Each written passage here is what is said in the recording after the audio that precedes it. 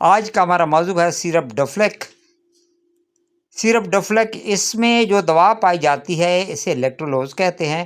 اسے Abbott pharma نے تخلیق کیا ہے، ایک قبض کشا میڈیسن ہے اور اچھے میڈیکل سٹور سے مناسب قیمت پر دستیاب ہے۔ ڈوفلیک سیرپ میں جو دوا شامل ہے اسے لیکٹرولوز کہتے ہیں۔ یہ ایک قسم کی شوگر ہے جو ہمارے جسم میں جذب نہیں ہوتی، اس لیے اسے شوگر والے مریض بھی استعمال کر سکتے ہیں۔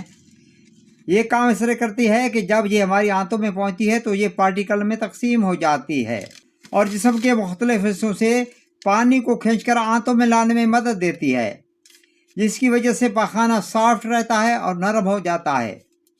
اس کا فائدہ یہ ہوتا ہے کہ جب آپ کو پاخانہ سخت آتا ہے، قبض ہوتی ہے، تو آپ کو زور لگانا پڑتا ہے اور اکثر اوقات درد ہوتی ہے۔ جب آپ کا پاخانہ نرم ہوگا، سخت نہیں ہوگا، تو آپ کو پاخانہ کرنے میں پین نہیں ہوگی اور کوئی دقت نہیں ہوگی اور پاخانہ آسانی سے پاس ہو جائے گا۔ جن کنڈیشن میں یہ زیادہ استعمال ہوتا ہے ان میں سر فہرست قبض ہے۔ دوسرے نمبر پر قبض سے متعلقہ مسائل ہیں، جن میں بواسیر شامل ہے، جس میں اگر پاخانہ سخت ہو اور قبض ہو گئی ہو تو بلیڈنگ اور درد ہونے شروع ہو جاتی ہے۔ تیسرے نمبر پر اینل فشر ہے۔ جب قبض کی وجہ سے آپ زور لگاتے ہیں تو مقعد میں چیرا آ جاتا ہے یا زخم بن جاتے ہیں اور درد کے ساتھ بلیڈنگ بھی ہونے شروع ہو جاتی ہے، تو ایسی کنڈیشن کو بہتر بنانے کے لیے اس کا استعمال کرایا جاتا ہے۔ پریگننسی، حاملہ خواتین میں اکثر قبض ہو جاتی ہے، تو ایسی صورت میں بھی اس کا استعمال کرایا جاتا ہے۔ جگر کے مریضوں میں اکثر قبض کی شکایت ہو جاتی ہے، تو ان میں بھی اسے استعمال کروایا جاتا ہے۔ سرجری، اگر کسی مرض میں آپریشن سے پہلے یہ ضروری ہو کہ اس کی پیٹ کو واش کیا جائے تو اس صورت میں بھی اسے استعمال کرایا جاتا ہے۔ سیزیرین سیکشن، اکثر خواتین کو سیزیرین سیکشن کے بعد قبض کی شکایت ہوتی ہے، تو اس صورت میں بھی اسے استعمال کروایا جاتا ہے۔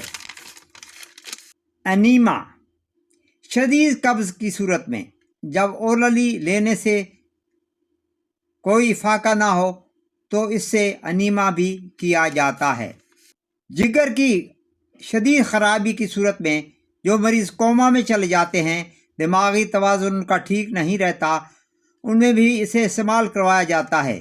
اس کنڈیشن کو ہیپیٹک انسیفلوپیتھی کہتے ہیں۔ جگر شدید متاثر ہوتا ہے۔ جب ہمارا جگر تندرست ہوتا ہے تو وہ مختلف فاسد مادوں کو فلٹر کر کے جسم سے خارج کرتا رہتا ہے۔ جب جگر خراب ہو جائے تو یہ فاسد مادے خارج نہیں ہوتے، خون میں ان کی مقدار بڑھ جاتی ہے، تو یہ دماغ پر اثر انداز ہونا شروع ہو جاتے ہیں، جس سے مریض کومے میں چلا جاتا ہے، یعنی انکانشیس یا بے ہوش ہو جاتا ہے۔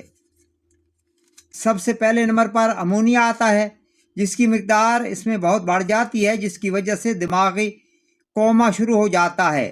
لیکٹرولوز اس امونیا کی مقدار کو آپ کے جسم سے خارج کرنے میں مدد دیتا ہے۔ پخانے کے ساتھ یہ امونیا کو خارج کرتا رہتا ہے، جس سے امونیا جسم میں کم ہو جاتا ہے اور مریض صحت مند ہونا شروع ہو جاتا ہے۔ اب بات کرتے ہیں اس کے سائیڈ ایفیکٹ کے۔ اس کے اتنے سائیڈ ایفیکٹ نہیں ہوتے، تاہم زیادہ لینے سے آپ کو لوز موشن یا ڈائریا ہو سکتا ہے، متلی یا الٹی کی کنڈیشن پیدا ہو سکتی ہے۔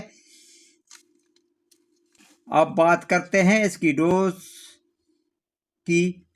اس کا تعین آپ کا ڈاکٹر کرے گا، وہ بیماری کی نوعیت کے مطابق آپ کو ایڈوائز کرے گا، تاہم اس کی عمومی خوراک یہ ہے: ایڈلٹ میں یعنی 15 سے 45 ml تک، 7 سے 14 سال کے عمر کے بچوں کے لیے 15 ml تک، اور 1 سال سے 6 سال کے بچوں کے لیے 5 سے 10 ml۔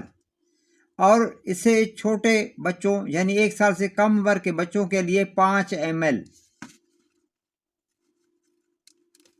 اس کے اندر میئرنگ کپ موجود ہوتا ہے، اسے پانی کے ساتھ لینا ہے۔